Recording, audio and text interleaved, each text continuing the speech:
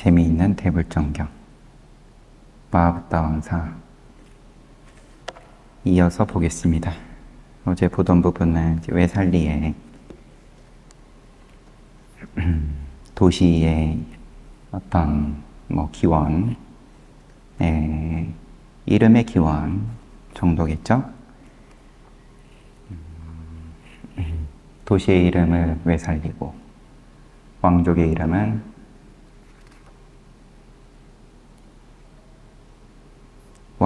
이름은 리차위 왕족이고, 또 왓지라고도 부르고, 리차위라는 거는 피부가 투명하다. 이 왕족의 어떤 시조 역할을 하는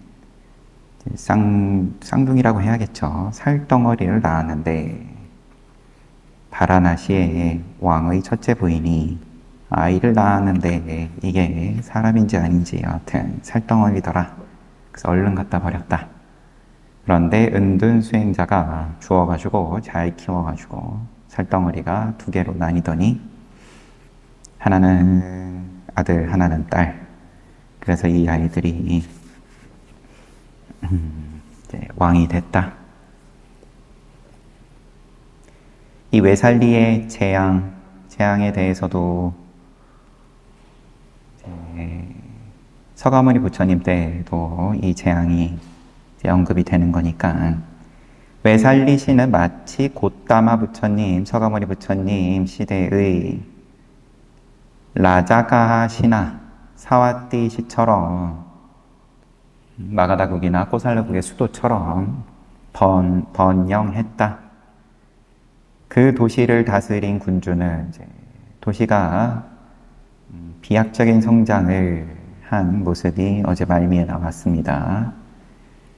아이들을 계속 16쌍 쌍둥이를 출산을 하면서 그만큼 인구가 빨리빨리 늘었다 이런 거죠. 도시의 경계를 나타내는 성벽을 자꾸 새로 쌓아야 됐어요. 도시를 확장시키면서.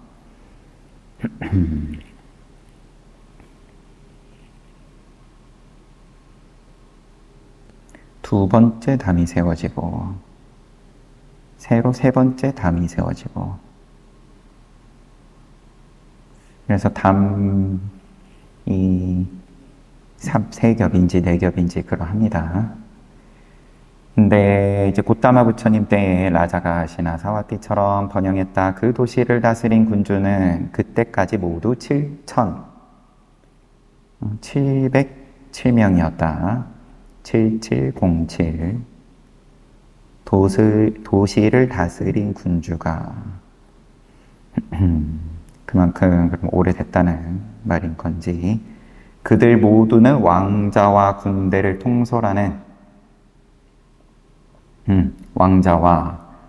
통솔하는 장군, 재정 대신 여러 관리를 지니고 있었는데,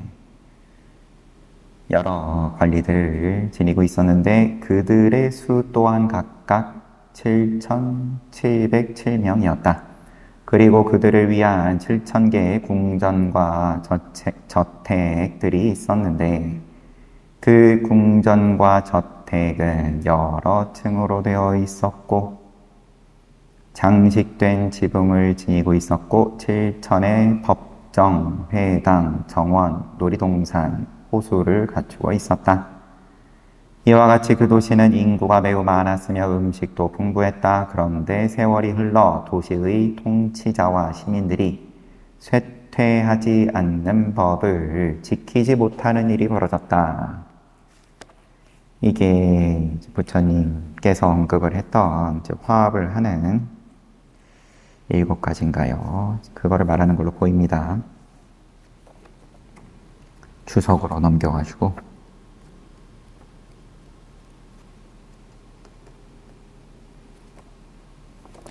부처님이 왓지국 왕자들에게 그들의 번영과 재산을 보호하게 하기 위해 설한 가르침이다.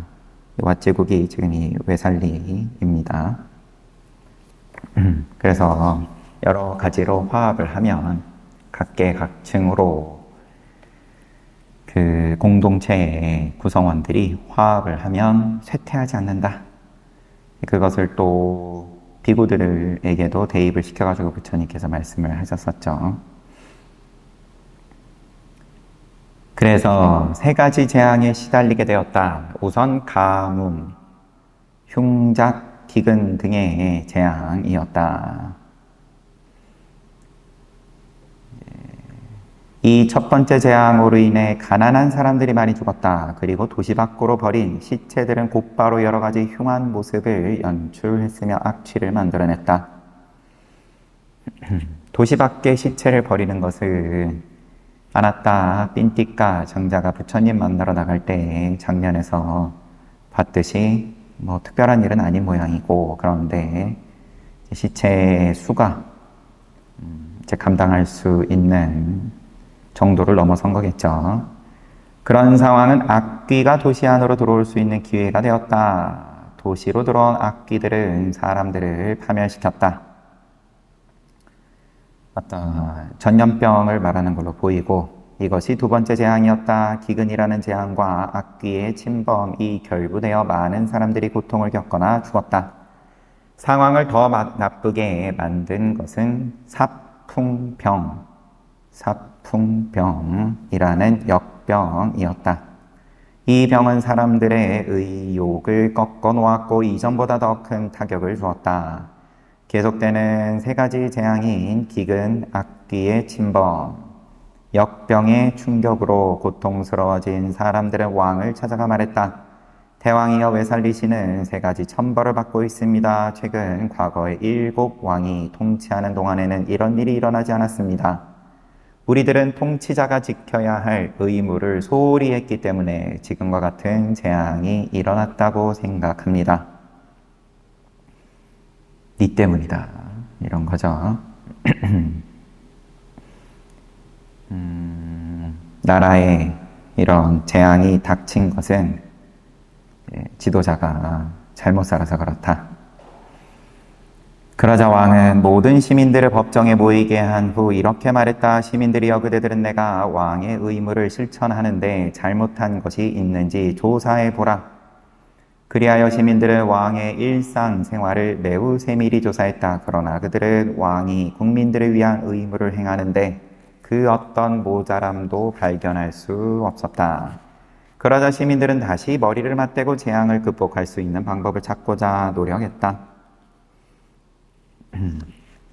왕이 그러면 니들이 보고 판단해라 하면서 다 드러냈는데, 알고 봤더니 또 왕이 딱히 잘못한 것도 찾지를 못했다.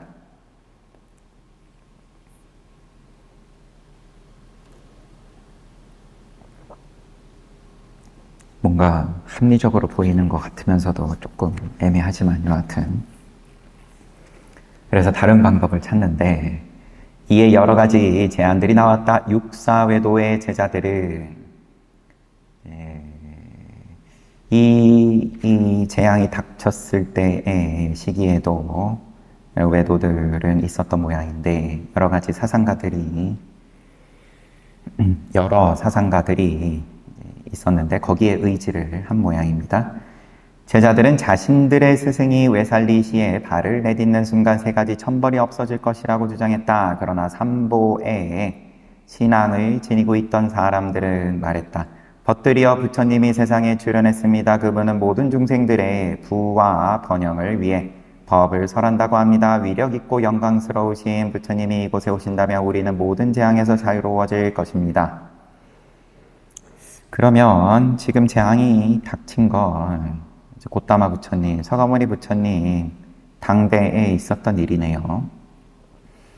시점이 대다수의 사람들은 부처님을 모시지 않은 제안을 흔쾌히 받아들였다. 그러나 몇몇은 다음처럼 회의적인 의견을 내놓기도 했다. 우리가 초청한다 해도 부처님이 오시지 않으려 할 수도 있어. 이에 지혜로운 사람들이 말했다. 부처님들은 언제나 중생들에게 이익을 주시며 중생들에게 애정을 지니고 계신 분들이요.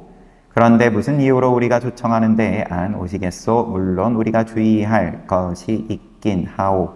부처님께서는 지금 라자가에 머물고 계시지 않소. 마가다국의 중림정사에 승단의 예류자이며 시주자인 빈비사라 왕이 4가지 필수품을 제공하며 부처님을 모시고 있소. 부처님이 이곳으로 오시는 길목에 빈비사라 왕이 서 있을 것이요.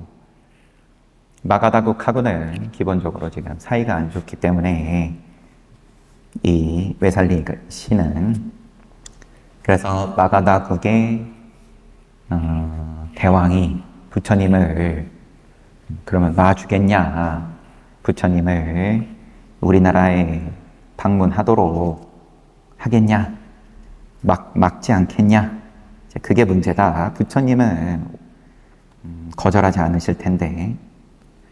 그래서 그들은 빈비사라 왕에게 자신들의 상황을 알려주어 부처님이 외살리를 방문할 수 있도록 요청하자고 결정했다. 그리하여 2명의 리차위 왕자가 수많은 선물을 가지고 빈비사라 왕을 만나기로 했고 무장한 병사와 군대가 동행하기로 했다. 라자가시에 들어간 2 왕자는 빈비사라 왕에게 진귀한 선물들을 바치며 그들의 도시가 처한 상황을 말했다. 대왕이시여, 저희들을 위해 부처님께 외살리를 방문해달라고 간해 주십시오. 그러나 빈비사라 왕은 그 청을 받아들이는 대신 이렇게 충고했다. 그대들이 부처님을 직접 찾아뵙고 의향을 여쭙도록 하라. 소극적인 허락인 셈이죠. 내가 막진 않을 테지만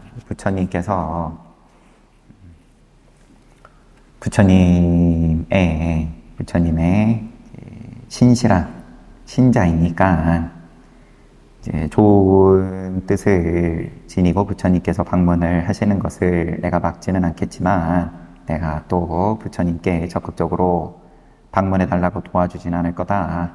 이에 리차위 왕자들은 부처님을 찾아뵙고 깊은 존경심으로 청했다. 영광스러운 열애시여, 외살리시가 3가지 재앙에 부닥쳤습니다. 열애시여, 아무쪼록 동정심으로 외살리시를 방문해 주십시오. 열애께서 오신다면 외살리 시민 모두에게 축복이 될 것입니다. 부처님은 심사숙고했다. 외살리에서 라타나 수타, 이게 무슨 경이라 그랬죠? 라타나 수타를 설하고 외우면 1만억 우주를 병으로부터 구할 것이고, 자비경인가 그럴 겁니다. 그 가르침이 끝날 때 84,000의 중생이 사성제를 깨달아 해탈을 얻을 것이다. 부처님께서 이제 이렇게 생각을 하시고, 그리하여 부처님은 리차위 왕자들의 존경에 가득 찬 초청을 받아들였다.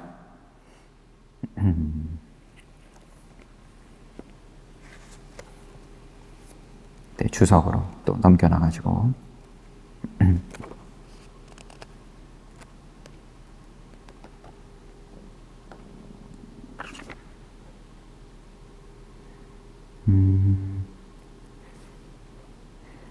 라타나 수타는 3 부분으로 구성되어 있다 하면서 그냥 이제 또 원문으로 쭉 써놔가지고 넘어가겠습니다.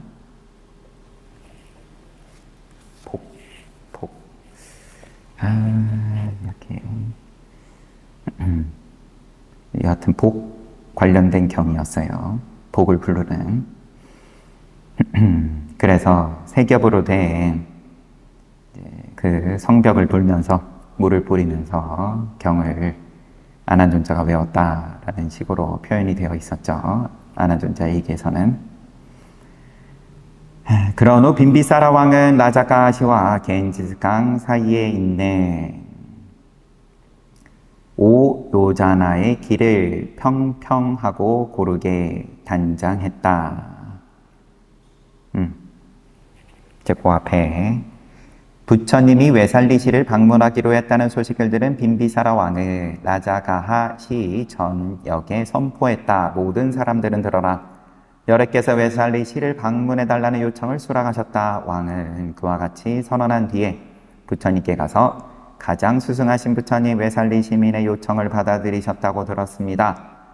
그렇소 대왕이여. 그러자 왕은 간청했다. 그렇다면 제가 환송식을 준비할 때까지만 기다려 주십시오. 그런 후 라자가시와 겐지스강 사이에 있는 5요자나의 길을 평평하고 고르게 단장했다. 그리고 길을 따라 1요자나마다 하루 걸어갈 수 있는 지점마다 임시 천막을 세웠다. 빈비사라 왕이 모든 준비를 마치자 부처님은 500명의 비구들과 함께 여행을 시작했다.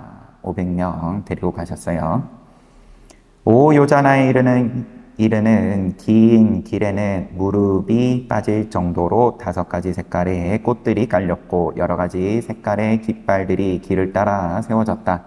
길에 놓인 항아리에는 물이 가득 채워졌고 길 양쪽에는 바나나 나무가 심어졌다.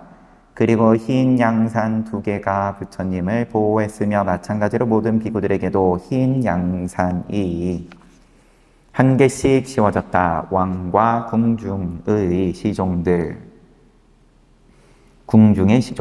및 군대는 길을 따라가며 쉬는 곳마다 꽃과 향을 바쳤으며 부처님과 승단에 충분히 쉴 수 있는 시간을 제공했다. 그처럼 5일간의 편안한 여행 끝에 그들은 겐지스 강가에 도달했다. 왕의 거룻배를 장식하고 있는 동안 빈비사라 왕은 리차위의 통치자들에게 친서를 보냈다. 열애께서 외살리로 가고 계십니다. 리차위의 통치자들은 부처님과 비구들을 크게 환영하는 뜻에서 길을 닦아 놓아야 할 것입니다. 준비 똑바로 해라. 그처럼 위대한 소식을 접한 리차위족 사람들은 빈비사라 왕이 보여준 환송식보다 더 거대한 환영 행사를 열기로 결정했다. 그들은 겐지스 강가와 외살리 사이에 난 3요자나의 길을 고르게 단장했다. 그리고 부처님을 위해서는 4개의 흰 양산을, 비구들을 위해서는 각각 2개의 흰 양산을 준비했다. 더 크게 준비했어요. 겐지스 강이 어떤 국경 역할을 하는 모양이고, 그때 빈비사라 왕은 2척의 배를 이어서 큰 거룻배를 만들게 했다. 그리고 거룻배 꼭대기에 향과 꽃다발로 짙게 장식된 천막을 세웠고 부채처럼 생긴 화환을 매달았다. 천막 안에는 부처님을 위해 갓비싼 칠보가 점점이 박혀있는 자리를 마련해 놓았다. 이윽고 겐지스 강가에 도착한 부처님과 비구들의 왕의 거룻배에 올라탔다. 그런 후 부처님은 준비된 자리에 앉았고 비구들도 적절한 자리에 앉았다. 부처님과 비구들을 거룻배로 인도한 후 빈비사라 왕은 자신의 목까지 잠길 만큼 겐지스 강으로 들어오더니 거룻배를 붙들고 가장 영광스러운 부처님, 저는 부처님께서 이 강가로 돌아오시기를 기다리고 있겠습니다. 그러고는 부드럽게 거룻배를 놓고서는 물 밖으로 나갔다. 색구경천에 천상에 브라만들을 포함하여 천상세계의 존재들은 부처님에게 예를 올렸다. 배를 타고 가실 때 천상의 브라만들이 그리고 천상세계의 존재들이 부처님께 예를 올렸다. 캄할라 용왕이나 아사타라 용왕과 같이 다소 낮은 세계에서 온 존재들 역시 부처님께 예를 올렸다. 그처럼 크나큰 축제 분위기 속에서 부처님은 겐지스 강을 건넜다. 강을 다 건너 외살리의 영토에 닿기까지 1요자나의 거리가 걸렸다.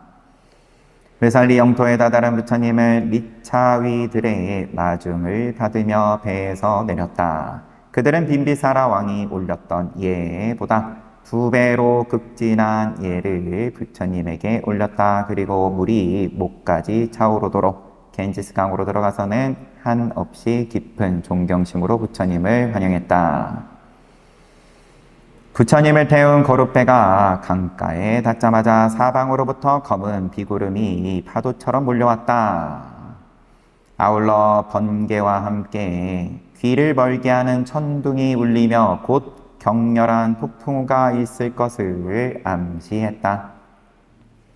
원래 이제 가뭄이 들고 있었는데 부처님께서 오시자마자 거룻배가 강가에 닿자마자 비구름이 몰려왔어요. 부처님의 오른발이 강둑에 닿자 일종의 소나기인 포칼라와사 비가 내리기 시작했다 하지만 비에 젖기를 바라는 사람만 젖었고 그렇지 않은 자는 젖지 않았다. 빗물은 급류가 되어 무릎 깊이에서 허리, 가슴, 목 깊이까지 점점 차올랐다. 그처럼 폭우는 외살리시 전체에 흘러들며 곳곳에 있던 냄새나는 시체들을 쓸어가 겐지스 강으로 몰고 갔다. 그리하여 도시가 온갖 쓰레기 등에서 벗어나 깨끗해졌다. 리차위들은 부처님을 외살리로 안내했다. 강가에서 시내로 향하는 길은 삼요자나였는데 가는 내내 열성적인 환영 인파의 축제의식이 거행되고 있었다. 일 요자나마다 천막이 설치되어 있었는데 일행은 천막에 이르러 밤을 보냈다. 그런 식으로 3일이 지난 뒤 외살리에 도착했다. 부처님이 외살리에 도착하자 천신들과 함께 사카가 천상에서 내려와 부처님에게 예를 올렸다. 그처럼 위력 있는 천신들이 외살리에 모이자 여기저기서 시민들을 괴롭히며 놀고 있는 귀신들 대부분이 도시를 빠져나갔다.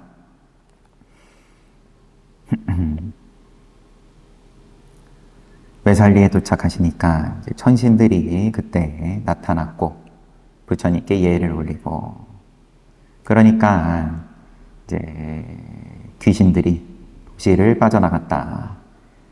부처님은 도시 입구에 서서 아난다 존자에게 이렇게 말했다.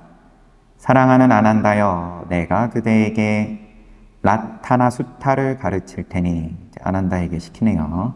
그대는 이 경을 보호의 방책으로 낭송하라.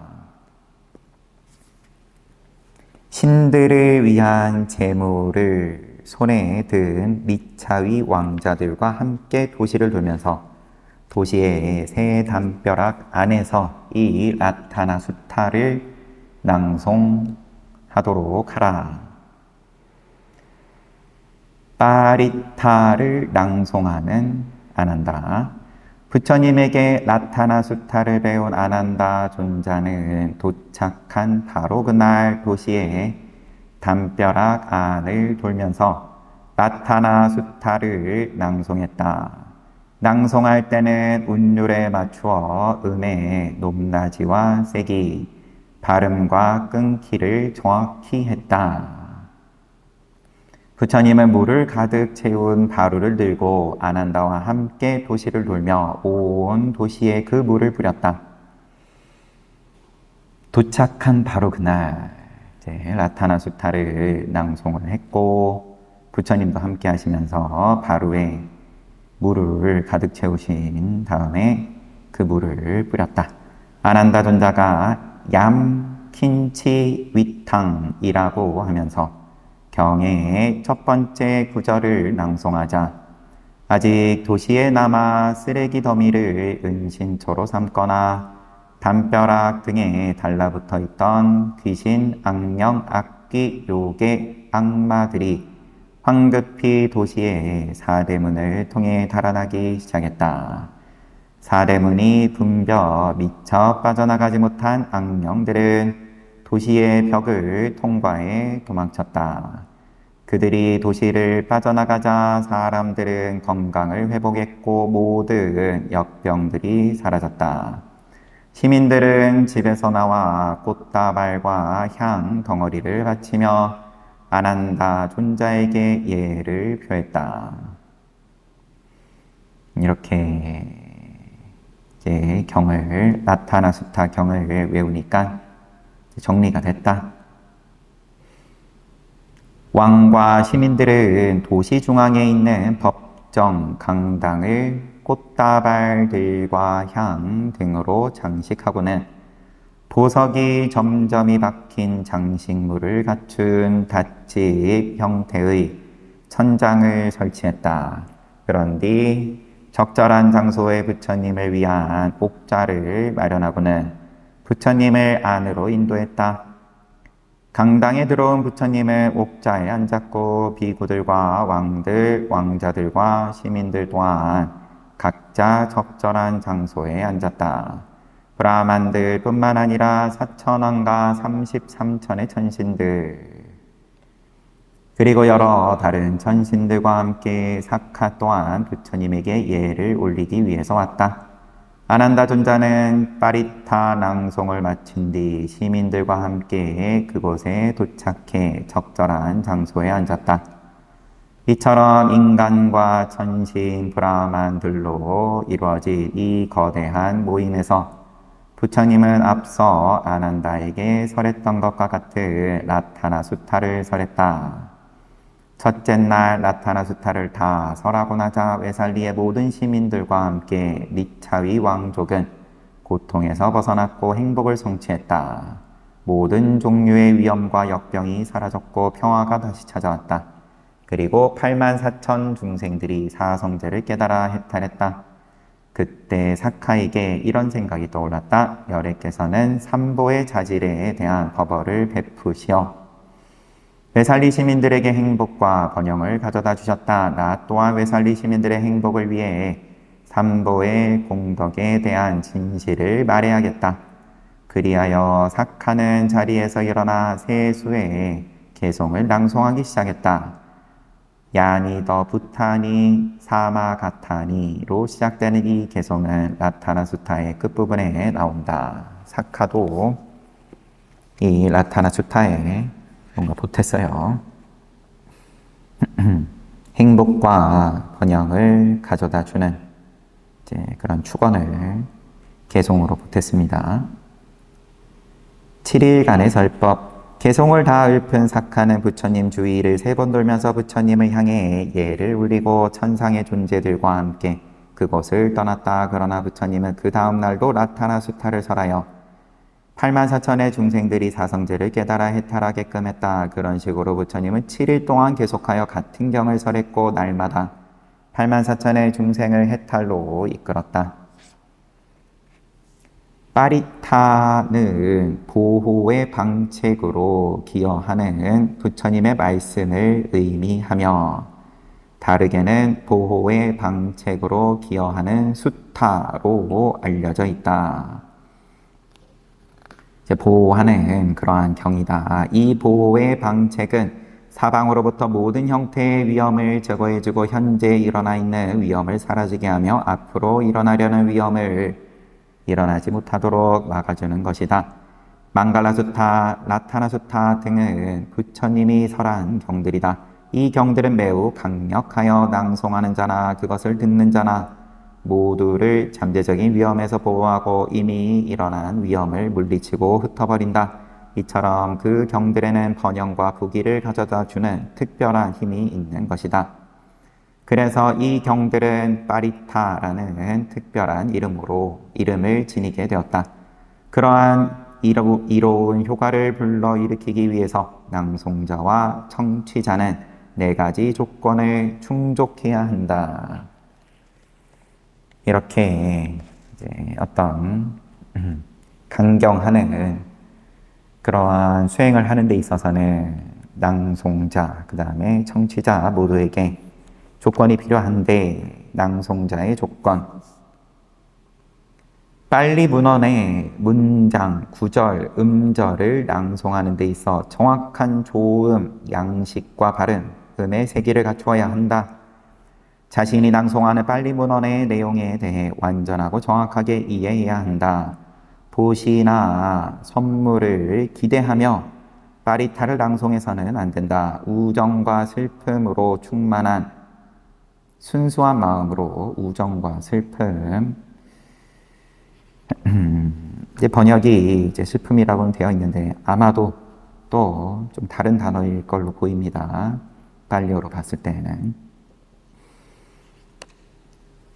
우정과 슬픔으로 충만한 순수한 마음으로 빠리타를 낭송해야 한다. 이처럼 청취자들을 잠재적인 위험들로부터 보호하려면 위와 같은 조건을 충족한 후 빠리타를 낭송해야 한다. 청정해야 된다. 만일 그러한 조건들이 결여된다면 빠리타를 낭송한다 해도 별다른 이익을 얻지 못할 것이다. 이와 같은 빠리타를 낭송하는 데 필요한 조건은 디가니까야의 주석서에 나온다. 낭송자는 단어과 구절에 대한 체계적인 연구와 천착을 해야만 하고 사용하는 빨리 수어를 이해하기 위해 충분한 주의를 기울여야 한다. 빨리 문헌의 정확한 발음과 의미를 연구하는 데 충분한 주의를 기울이지 않는다면 기대했던 결과와는 점점 멀어지고 만다. 낭송법을 주의 깊게 연구한 자들이 낭송한 것만 강력한 결과를 낳을 수 있다. 보시와 선물을 받을 의도를 가지고 낭송한다면 결과를 얻지 못한다.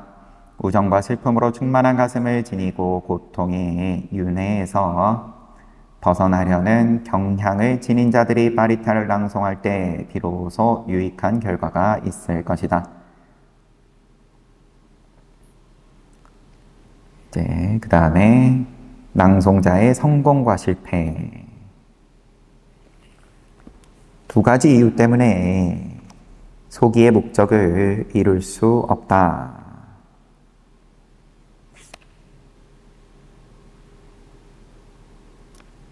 하면서 이제 같은 내용이 나와요. 앞에 말한 것과. 이제 발음이 정확하지 않거나 그 다음에 이익을 얻고자 하는 욕구나 이제 그러한 이유로 낭송을 하면 결과를 얻을 수 없다. 그 다음에 청취자의 조건. 청취자는 즉각적인 징벌이 뒤따르는 오역죄에서 자유로워야 한다. 아버지를 죽이는 것, 어머니를 죽이는 것, 아라한을 죽이는 것, 부처님의 목숨을 뺏기 위해 부처님 몸에 피를 내게 하는 것. 다섯 번째, 부처님과 제자들 사이에 분열을 조장하는 것, 화합을 깨뜨리는 것. 두 번째 조건은 청취자는 결정론적인 사견에서 자유로워야 한다. 사견에서 자유로워야 되는데 그 중에서도 결정론을 찍어가지고 얘기를 해요. 찍어서 무인론, 무작용론, 허무로 이제 외도를 62가지로 나눠서 부처님께서 정리를 하셨었죠. 세 번째 조건은 청취자는 빠리타의 효력에 대해 흔들리지 않는 믿음을 갖추어야 한다. 네 번째 조건은 청취자는 빠리타의 낭송을 듣되 매우 열심히 들어야 하고 모든 마음을 기울여서 들어야 하고 깊은 존경심을 갖추어 들어야 한다. 이렇게 네 가지가 빠리타 청취자들이 갖추어야 할 조건이다. 청취자의 실패와 성공. 이제 이런 조건들이 갖추어져 있지 않으면 실패한다는 내용이겠죠. 특별한 힘을 지닌 빠리타들. 라타나 수타는 10만 코티의 세계를 뒤덮는 힘을 지니고 있다. 이것은 58만 8천 명의 사람들과 천신들, 브라만들로 하여금 도지와 과지를 깨닫게 했고 열반을 성취하게 했다. 그러므로 이 경은 위대한 권위와 영향력을 지닌 보호주 또는 빠리타인 것이다. 망갈라 수타는 10만 코티의 세계를 뒤덮는 힘을 지니고 있다. 이 경을 경청함으로써 헤아릴 수 없는 사람들과 전신들 브라만들이 도지와 과지를 깨닫고 열반을 성취한다. 메타수타는 위대한 힘을 지닌 경으로 유명하다. 이 경은 숲에 거처하는 비구들로 하여금 루를 소멸케 하여 아라한과를 성취하도록 도왔다. 이 경에 제시된 도덕적인 교훈들을 근면하고도 완벽하게 실천한다면 누구라도 해탈의 길을 얻게 된다. 칸다수타는 그 강력한 경으로 어느 때라도 여러 가지 북극물에서 발생하는 위험을 제거하는 위력을 발휘한다. 이 경은 삼보의 덕성과 영광, 자비의 공덕을 기술하는 부분을 포함한다. 다작가 수탄은 이 경에서 찬탄하고 있는 삼보의 공덕을 성찰하면 다음에 이익을 얻을 수 있다. 지력이 강화되며 3,000겁 동안 천상의 복락을 누린다. 그리고 사카로는 80번, 전륜왕으로는 1,000번 재생하게 된다. 또한 일반적인 왕으로는 셀 수 없이 재생하게 된다. 어떤 생에서도 항상 부유하며 번창하게 되니 소유한 재산을 잃지도 빼앗기지도 않고 그 어떤 손실도 입지 않는다. 10만 겁 동안 악취에 재생하지 않고 털이 곤두서거나 소름을 느낄 만큼 두려움에 흔들리지 않는다. 궁극적으로는 아랑과에 이른다. 보장가 수타는 위험과 병으로부터 보호하는 힘을 지닌다. 아타나티아 수타는 원래 아타나타 천상에 모인 사천 왕들이 작성한 경인데 그들은 먼저 과거 칠불에 귀의하며 덕성과 자질을 찬탄했다. 그리고 선언하기를 부처님의 가르침이나 우리가 제시한 율법에 따르지 않는 야차와 같은 천상의 존재들은 천상의 법률에 의해 처벌될 것이다. 사천왕은 수많은 천상의 존재와 군대들과 함께 부처님을 찾아가 자신들이 지은 그 경을 바쳤다. 그리하여 부처님은 그 권위 있는 강력한 보호주 곧 빠리타를 비구들에게 설했다.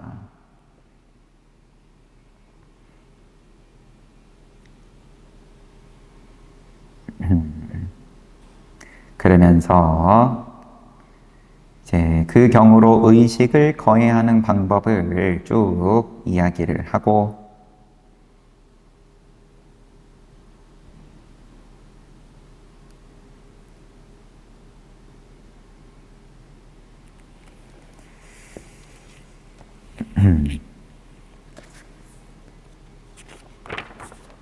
이 부분은 건너뛰겠습니다.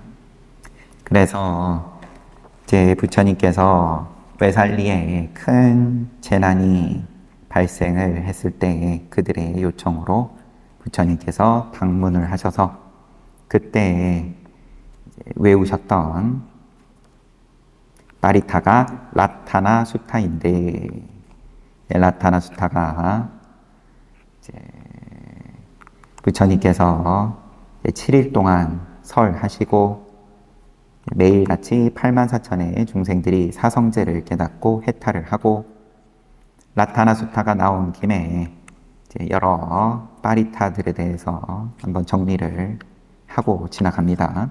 특별한 힘을 지닌 빠리타들을 쭉 이야기를 하고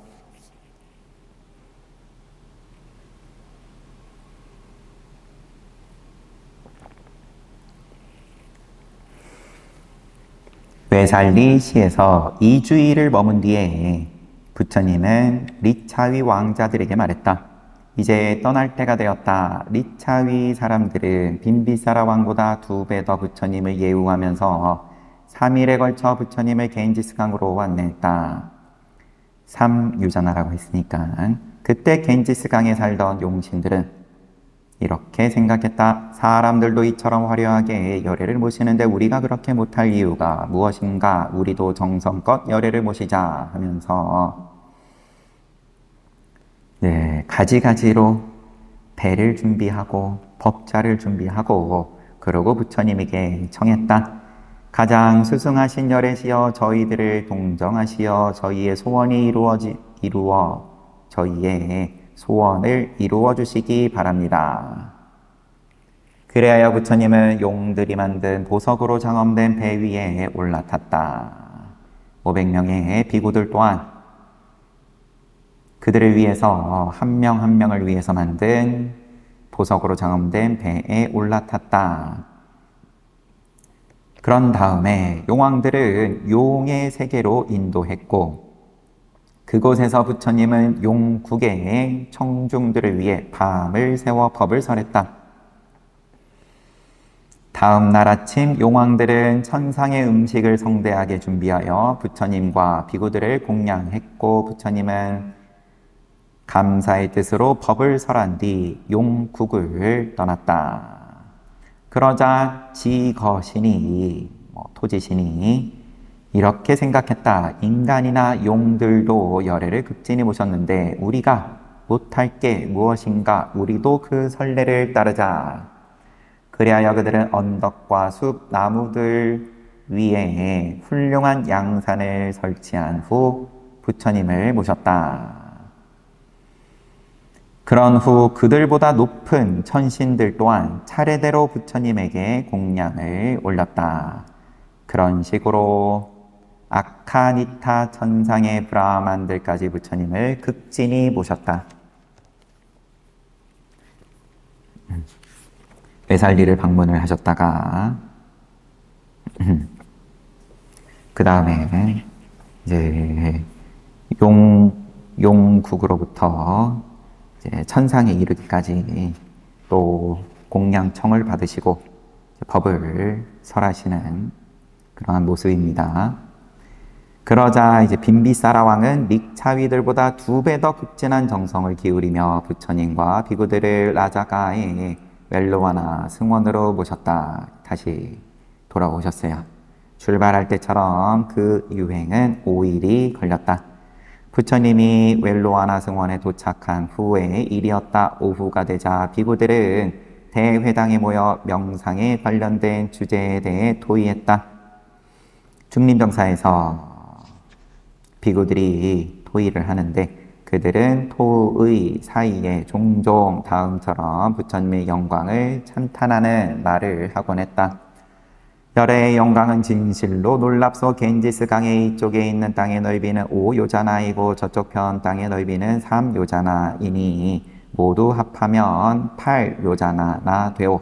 그런데 그 땅 전체에 툭 튀어나온 부분도 없고 우묵하게 들어간 곳도 없었소. 그리고 흰 모래로 흰 모래와 꽃들로 덮여 있었소. 넓이가 1요자나이인 겐지스 강의 표면은 5가지 색조의 꽃들이 담요처럼 덮고 있었소. 그리고 아카니타 천상에 이르기까지 모든 공간이 흰 양산으로 장엄되어 있었소.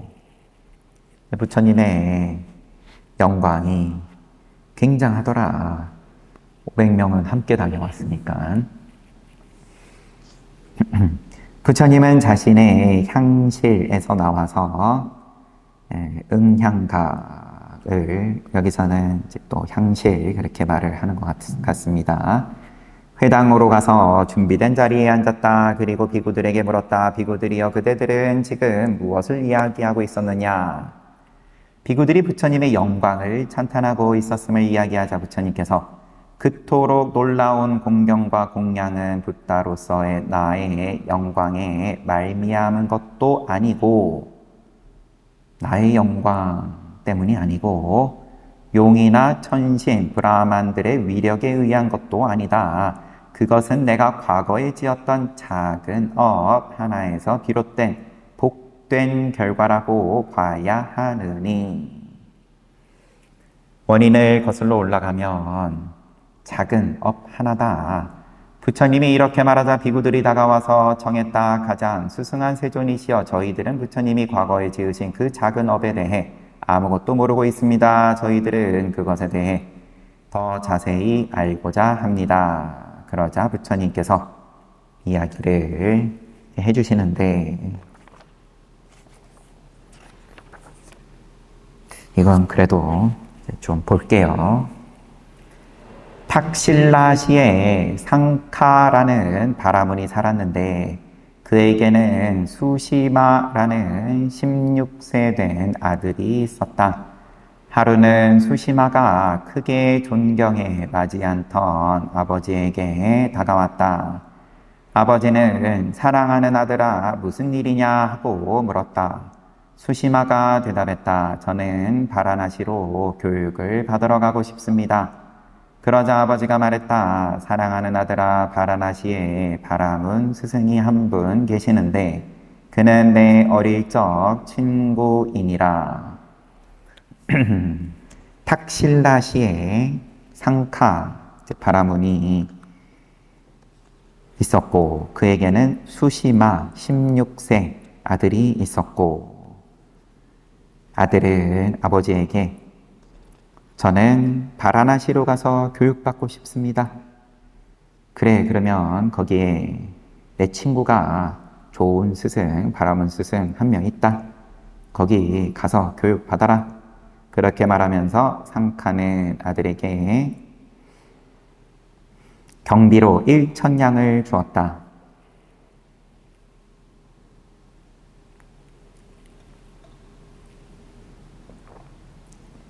수시마는 바라나시로 갔다. 아버지가 말한 스승을 만난 그는 관습에 따라 한없이 깊은 존경심으로 예를 표했다. 그러고는 스승에게 자신이 탁실라 상카 바라문의 아들임을 알렸다. 그러자 스승은 수시마를 매우 따뜻하게 맞아주었다.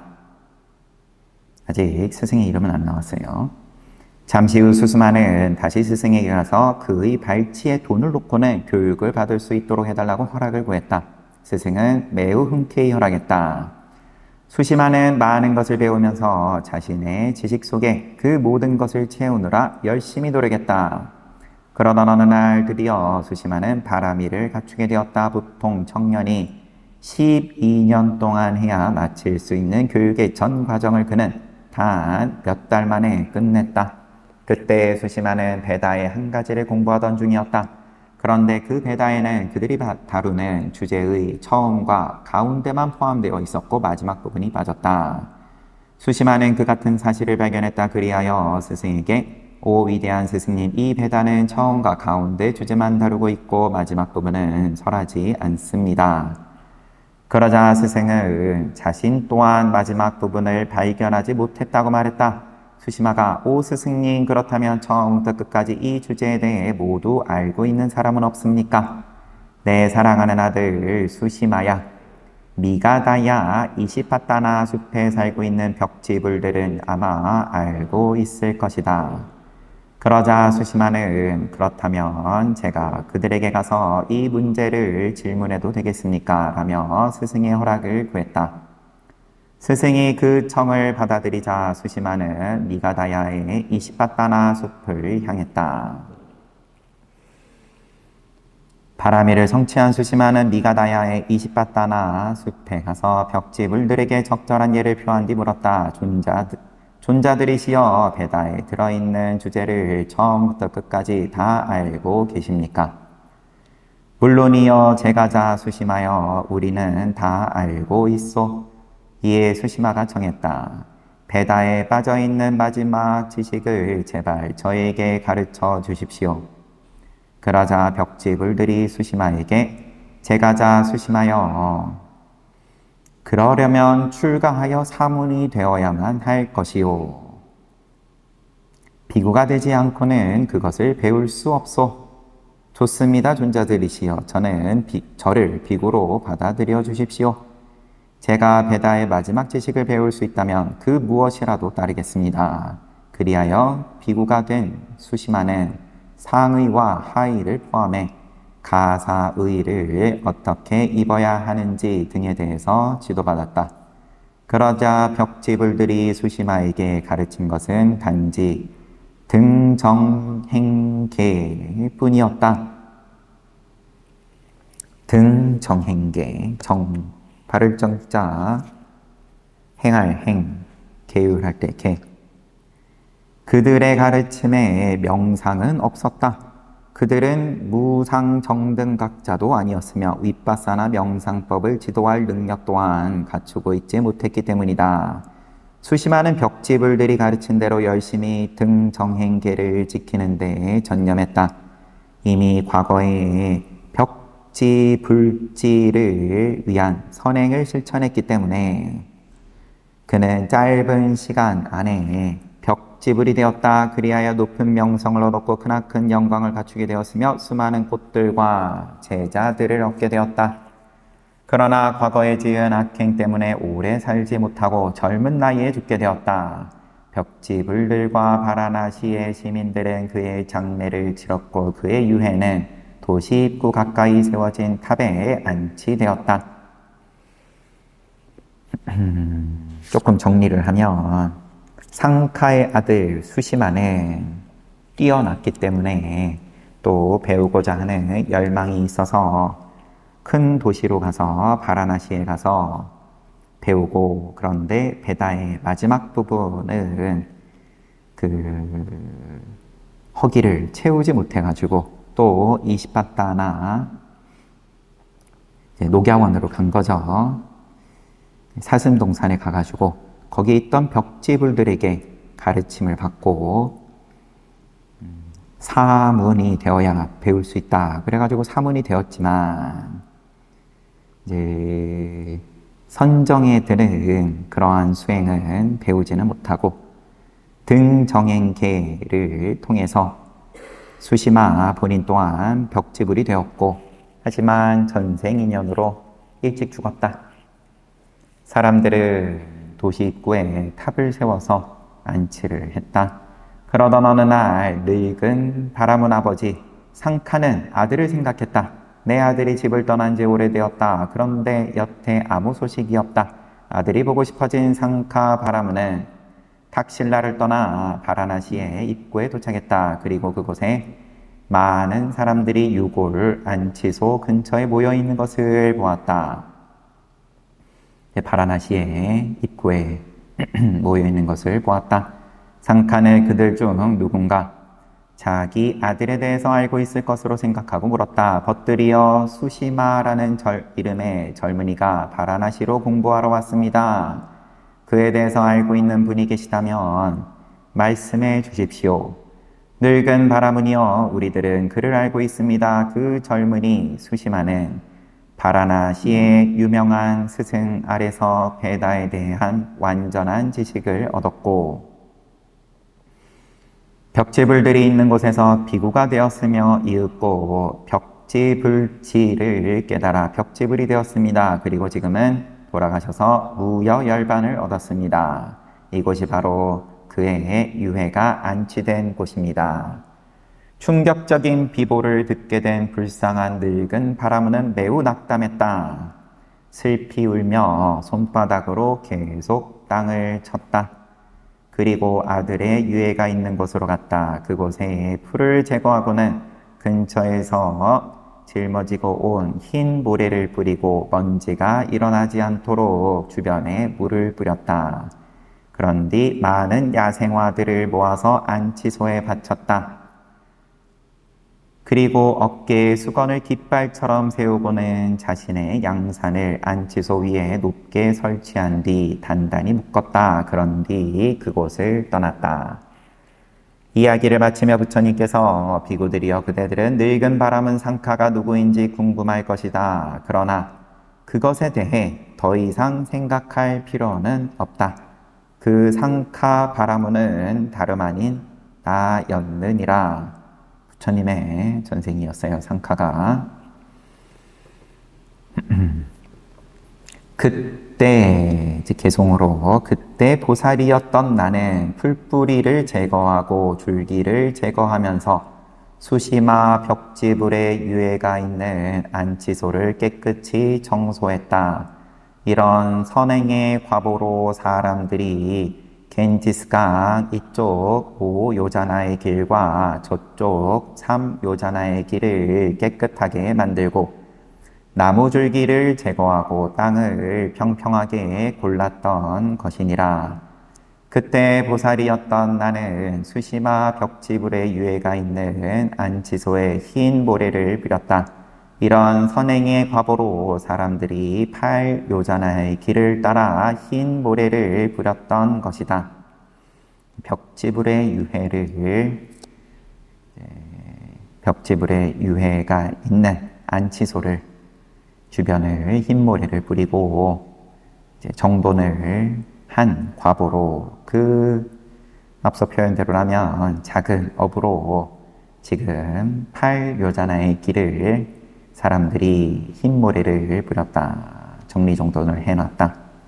그때 보살이었던 나는 그 안치소에 많은 야생화를 모아서 바쳤다. 이런 선행의 과보로 사람들과 천신들이 구요자나에 걸친 땅과 강 전체에 여러 종류의 꽃을 흩었던 것이다.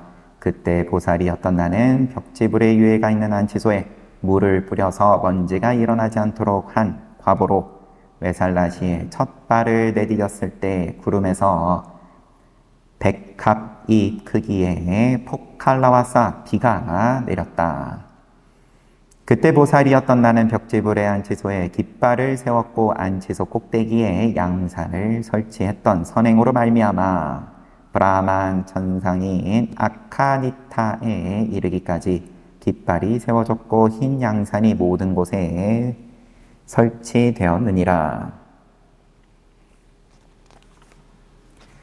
비구들이여 그들이 그토록 놀라운 방식으로 나에게 예를 표하는 것은 붓다로서의 내 영광 때문도 아니고 너희들이 그 영광을 칭송하는 건 포인트를 잘못 잡았다. 용이나 천신, 브라만 등의 위력 때문도 아니다.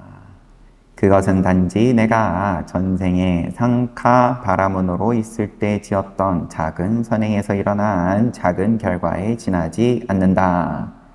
부처님은 법문을 끝내면서 개송을 설하셨는데 조그만 행복을 가져다 줄 쾌락을 기꺼이 희생하면 열반과 행복과 같은 방대한 결과가 돌아온다.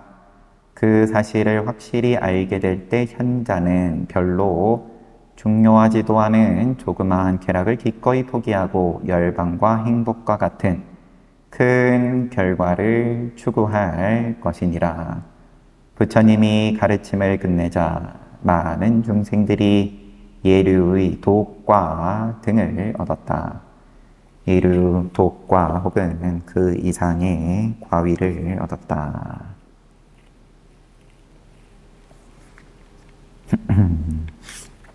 잘 봤습니다. 조금 이제 길게 봤는데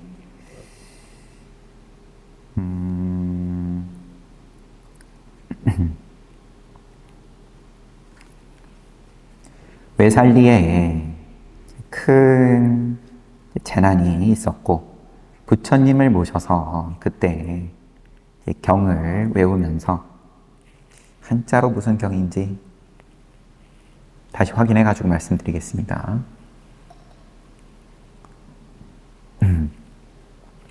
그래서 이제 그 힘으로 경을 설하는 입장과 또 경을 듣는 입장 양쪽이 모두 청정한 입장으로서 또 늘 이제 다란이를 외우는 우리에게도 좀 살펴볼 만한 부분이 있는 거죠.